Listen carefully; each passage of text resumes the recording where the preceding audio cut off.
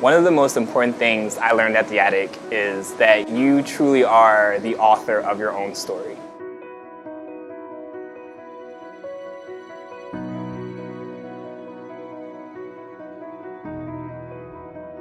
Before I found the Attic, I felt very lost and very aggressive because I didn't know there were people out there like me. I first came to the Attic when I was 15. I just turned 15. When I first walked into the Attic, I was really nervous. I didn't know anybody there. I'd never seen anybody acted like me or anything at all. The Attic started at a place called Voyage House, and it was called the Attic because it was on the 4th floor of Voyage House. So like my earliest memories are like walking up all those steps to get to the Attic. When I first went to the Attic, I was either 16 or 17. I went once. It was still in the Attic. I found out about the Attic from the Quality Forum's online page. They were advertising different events that were happening during Pride Month. When I first found the Attic, I was 14 years old. It was back in 2009. And what I remember most about the experience was coming in and seeing how colorful it was and how diverse it was. One of the things I learned at the Attic was to be open-minded, because everybody comes in, everybody's so unique, everybody's so different. You know, I am who I am. It just kind of felt free, you know. It was something for us to do on a Friday after school. That was something that we didn't have before in Philadelphia. When I looked through the door, I saw 4 beautiful faces, and including those faces, it was Carrie Jacobs. I was like, oh, because at first I thought it was like an actual attic. I thought it was like a nice little room on the top of a house. It surprised me, so I was like, wait, they got TVs, they got different rooms. Because I really thought like the attic was a one-room place on the top of a building somewhere. And my first impression was like I was gonna enter this big office building that was just all white walls and tile floors. And it was actually like literally walking into someone else's house.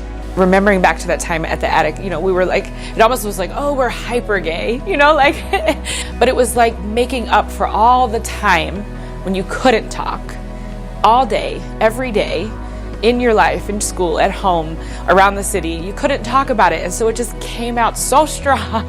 One of the most important things that I learned at the Attic is actually how to be successful in life. So one of the most important things at the Attic I learned was self-love and self-acceptance. I pretty much used the Attic to get into City Air, which was the first job that I ever had. How I got started in advocacy was at the Attic Youth Center. One of the most important things I learned at the Attic was to not only just come to terms with who you were, but to love and embrace who you are.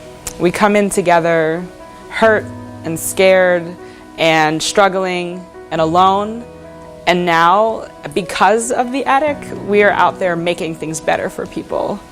It was huge. I can't underestimate the impact that the Attic had on my life. I mean, other than just probably saving my life. So right now I just graduated from college, actually got my degree in physics. And when I went, the next part of my life opened up. I'm now a journalist, and I love my work. I'm working in operations. I do finance and development work. This year I'm going to college. I want to major in psychology. I want to be a lawyer for civil rights. So it taught me like how to like speak out, how to like not be afraid of who sees you, what sees you, and how people view you. The people there really transform that space into a place that can be a second home for some.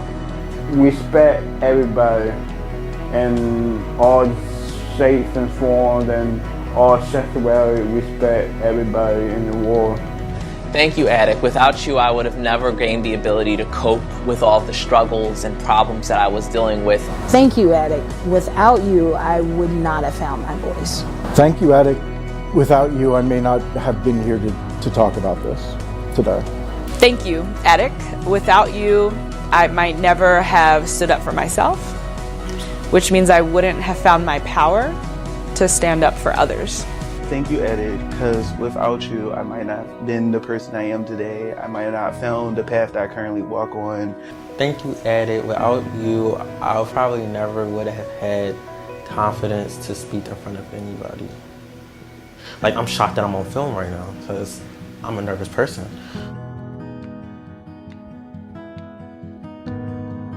you don't have to go by yourself. There's a lot of people who will go with you. I promise that when you get there, you're going to find your people. And that's one of the best feelings in the world, finding your people.